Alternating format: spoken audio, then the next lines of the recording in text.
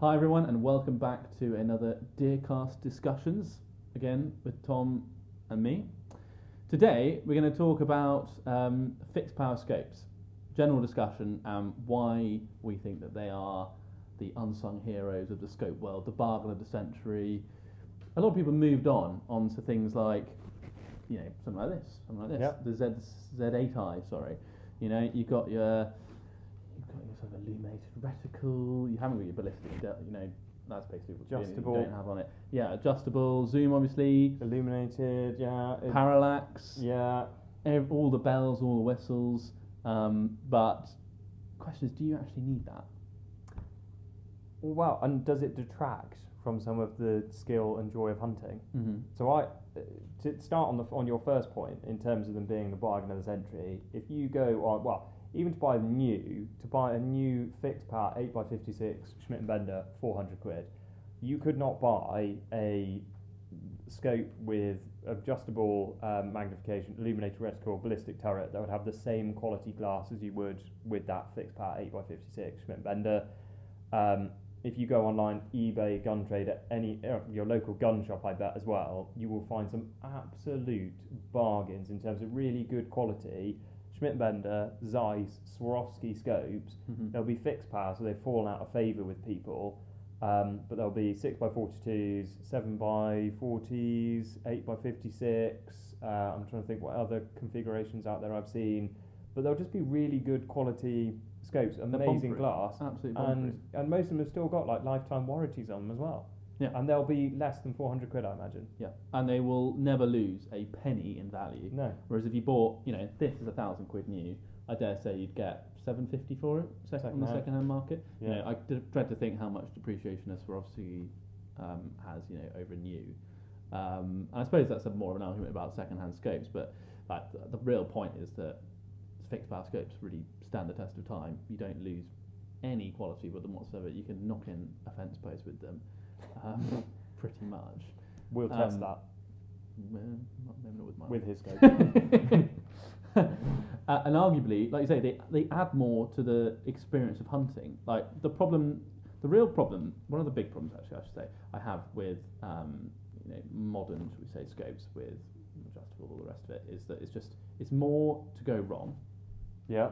If you start relying on things like illuminated reticles, you get really used to it, and then when the battery dies or the mechanism breaks, electronics are notorious for going wrong, then you feel like you're losing something. I think as well, especially for when you first get into shooting, they can encourage you to take shots that perhaps you're not well enough trained or placed to do, because you wind something like this or that scope up to like 14, 15 power, suddenly the deer looks massive and you're like, yeah, I can easily hit that. Whereas actually what you forget is you're still wobbling, you're still moving around a lot.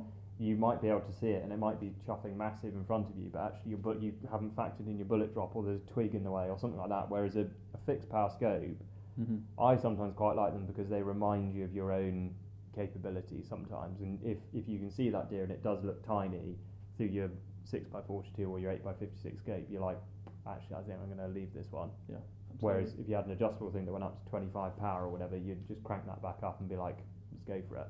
Exactly. I mean, the other really important thing to say about magnification is having that consistency of magnification every single time.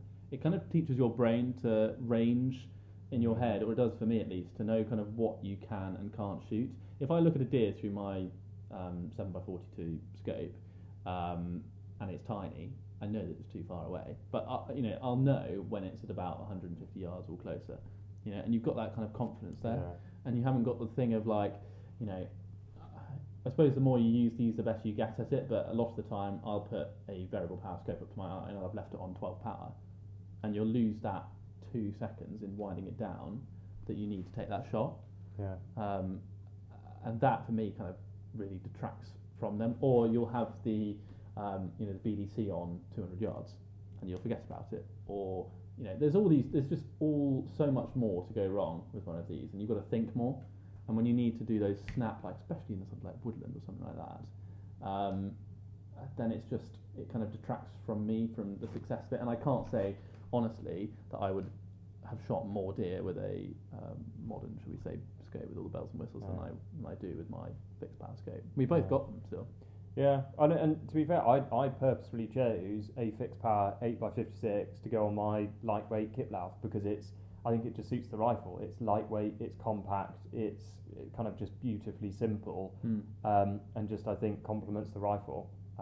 So I no offense to Swarovski or Leupold, but I probably wouldn't put one of these on there because I think it would just spoil the look and handling of it. Yeah, and I think, to be honest, I'm probably going to go. I wouldn't buy another variable zoom scope. I got a really good value on the one that I've got, but most of the time I leave it on 7 power. I don't touch it. There are a lot of professional full-time deer stalkers who have fixed power scopes and wouldn't go for anything else. Justin Carter, who we had on the podcast, that's true. He only ever uses 8x52 or 56 Schmidt & Bender scopes. He's got 3 of them, I think he said, on all his rifles. Because that consistency of knowing exactly what mag you're on every single time, not having to think about it, you're not losing anything. You don't have to dial. I never dial. I always just hold over because for me it's just the way I've learned, and it's perfectly fine for deer stalking. You don't really need it, and they're just such good value. Well, that's what I was just about to end on. Is to be honest, I think one of the most compelling arguments for me is what you get for your money. As I said, go and have a look on eBay. Go and have a look on GunTrader. You'll hate us both for it because you'll see something there and you'll be like, oh my god, I didn't realise I could get a Swarovski scope, for example, and they'll be dirt cheap, 300-400 quid max. Yeah, and even the old ones, the old ones are often better, to be honest, and they're just bulletproof. And actually, something that I really want to see is a manufacturer do a illuminated reticle on a fixed power scope. I think that is something that I actually really would like because I think that does add quite a bit to the stalking experience. Yeah. More so than the variable zoom. But no, I haven't seen to find one yet. So. Yeah. But yeah. So there you go, everyone. That's our thoughts on fixed power scopes. As Harry said, very much the unsung heroes of the stalking kit world. So go out there, have a look at them, and I bet you will find something that you fall in love with. And whilst you're at it, please like, comment, subscribe on these videos. We love to get all your feedback, so hit us up with as much as you can, and we'll see you on the next one.